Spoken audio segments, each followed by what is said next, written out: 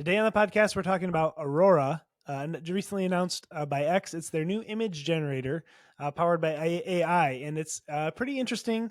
We're going to check it out and talk about it today. But before we get into that, Jaden, why don't you tell them about our school community? If you've ever wanted to start any sort of AI powered side hustle or grow and scale your current business with AI tools, we would love to have you as a member on the AI Hustle School community. It is currently $100 a month. In the future, we might raise the price, but if you lock in this $100 a month, the price will never be raised on you. What you get when you join this, every single week, Jamie and I, we release and we create essentially exclusive deep dive pieces of content. So we'll go into different side hustles we're doing, different marketing tactics, different tools we're using to grow and scale our business. The AI that we're using, the workflows, exact numbers of exactly how much money something creates, all this stuff we can't share publicly. We put it into this school community with currently over 250 members. So if this is something that you're interested in, making money with AI tools for either your business or something new, we would love to have you as a member of the AI Hustle School community. This is probably one of the greatest ways to level up your AI skills and learn exactly how you actually can make money. So we'd love to have you as part of it.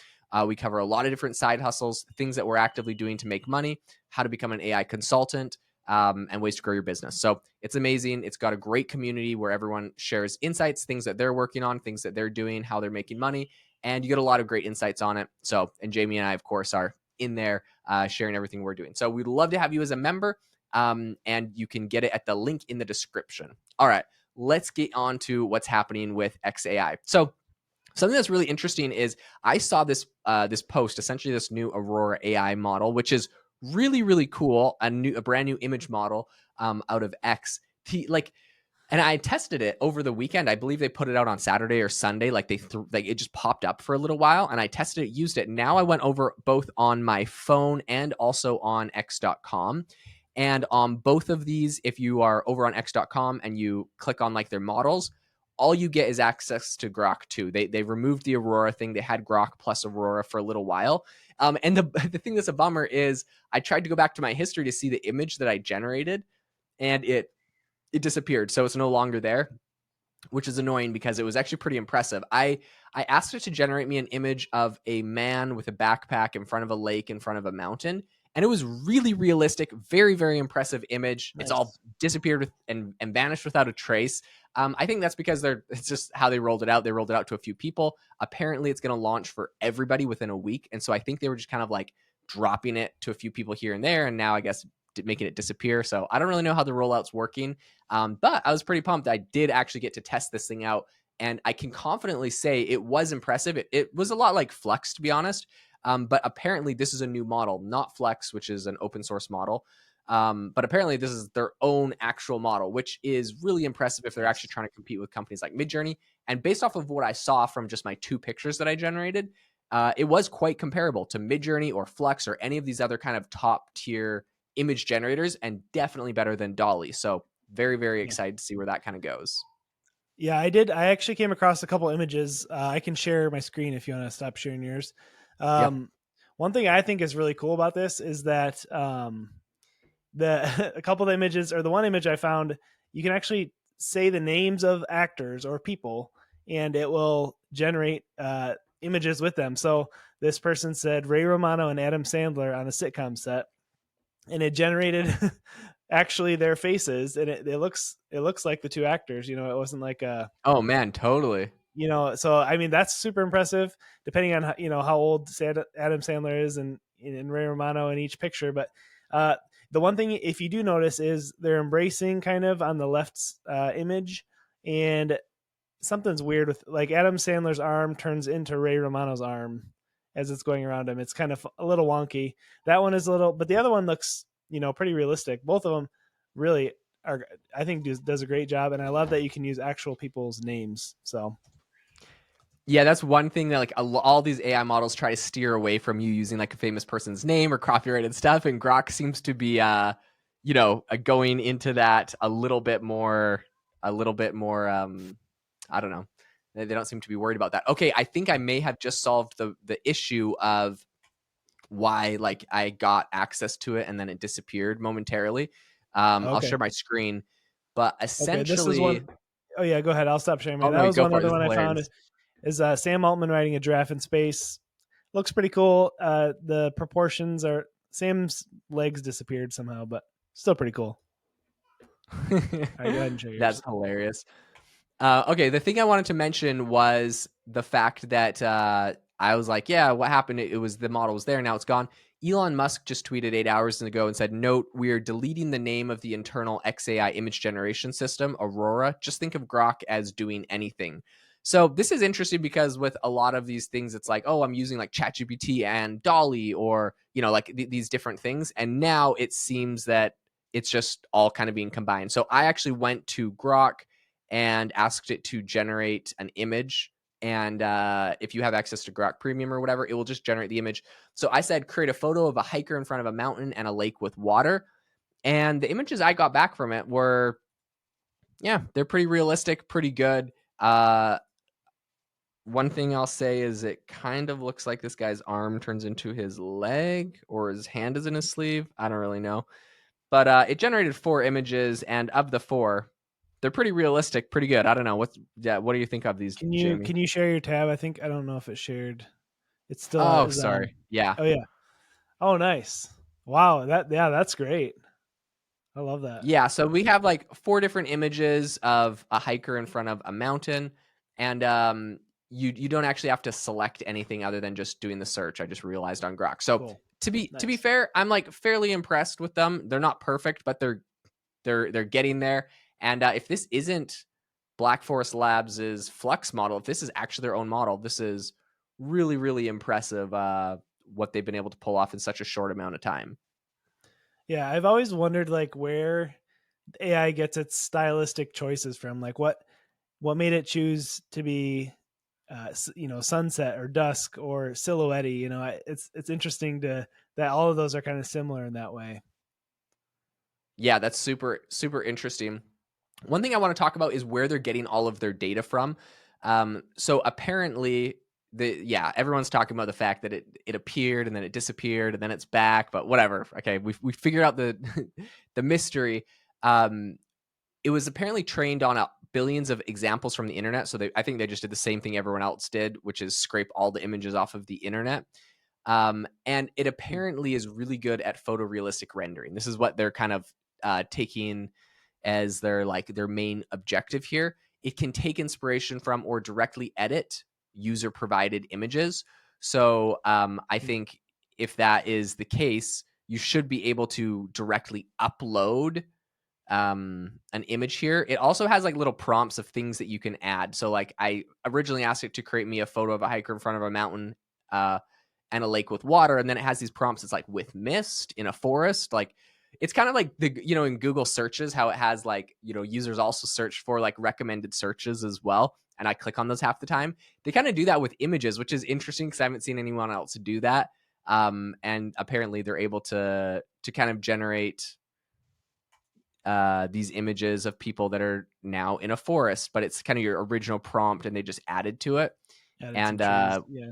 I'm impressed. I'm honestly pretty impressed with these images. They look pretty cool. Yeah. I mean, I would definitely agree with that. Yeah, it's looking good for sure.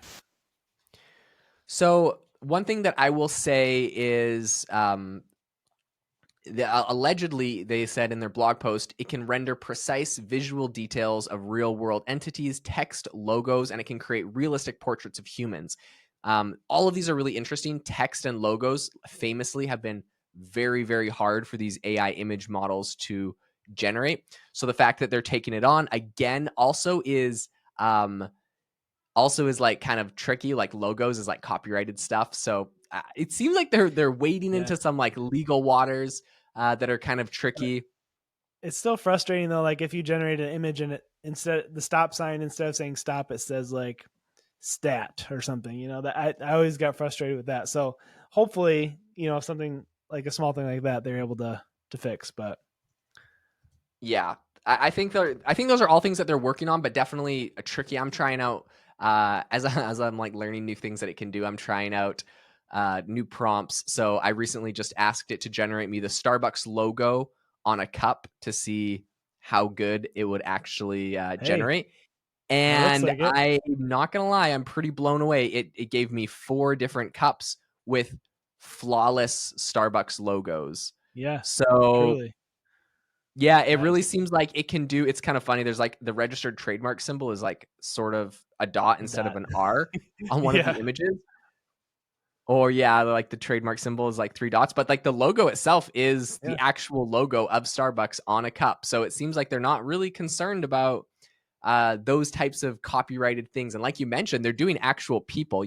The famous one that everyone is like concerned about is if it can do Mickey Mouse or like Disney characters, because Disney's so heavy handed with their copyrights. So I'd be oh curious if yeah. it could do that kind of stuff. But yeah, like I guess based off of what we're seeing here, Jamie, how do you think this unlocks new side hustles, being able to do like logos and images and copyrighted stuff and all of like Yeah. everything that it's able to do? What do you think are the new unlocks?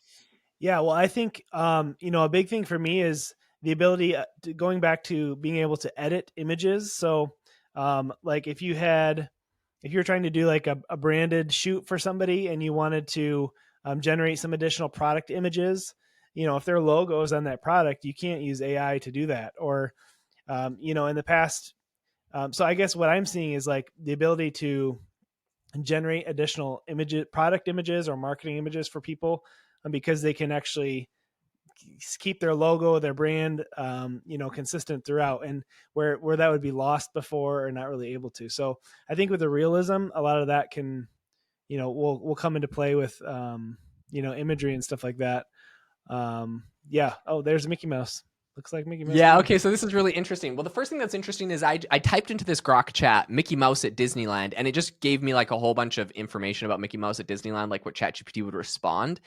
And I then had to go say generate a photo of Mickey Mouse at Disneyland. So this is interesting because this model essentially it can do everything, but if you want it to do an image, it's not like I'm doing a chat just on Dolly or just on Runway. It's like you have to tell it exactly what you want it to, which makes sense. I'm just definitely a learning curve.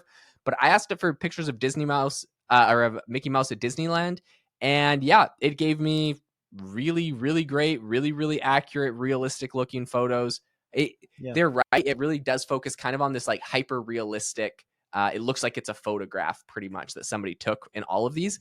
But again, it's like all of the copyrighted, like we're looking copyrighted characters, copyrighted logos. It seems like they just kind of let it rip. So I think the sky is really the limit on what you can generate with this. And I think, honestly, I think this is going to be a major unlock for people needing to create content. It's not what we're getting out of OpenAI. If you went and asked ChatGPT to generate you a picture of Mickey Mouse at Disneyland, it's like it's not going to have some of the same the same things holding you back pretty much.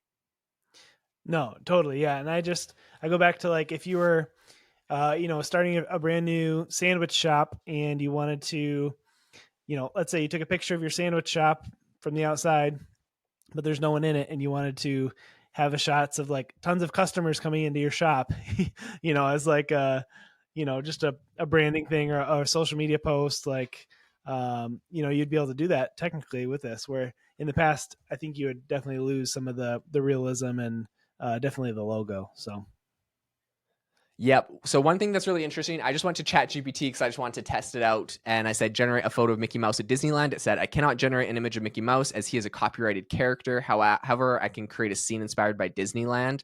Let me know if you want me to do that. And so I said the Starbucks logo on a cup. I can't generate that as it has a copyrighted design. I said Adam Sandler. It said I can't create an exact image of Sandler due to copyright likeness restrictions. So pretty much Grok is breaking all of like ChatGPT's things. I don't know if that's good or bad or the legal repercussions. Surely they know it's able to do this. But they let it out and it's fully capable of doing that. So I mean, as a user, this is way more useful. I don't know what right. the legal or anything else about that is, or any legal repercussions, but this is definitely way more useful as a user trying to generate things. And I'm really happy I'm not being told like it can't do stuff. So to me, kind of cool. Yeah, so if you haven't hopped on Grok yet and tried out their image generator, definitely do that. It's been fun to check it out here today. So we hope you enjoyed the podcast. Please leave us a review if you got any value out of the episode, or if you enjoyed it at all. That means a lot to us. And then also make sure to check out our school community too, because that is an awesome place to gain knowledge of AI and how to use it to make money. Thanks for listening, and we'll see you next time.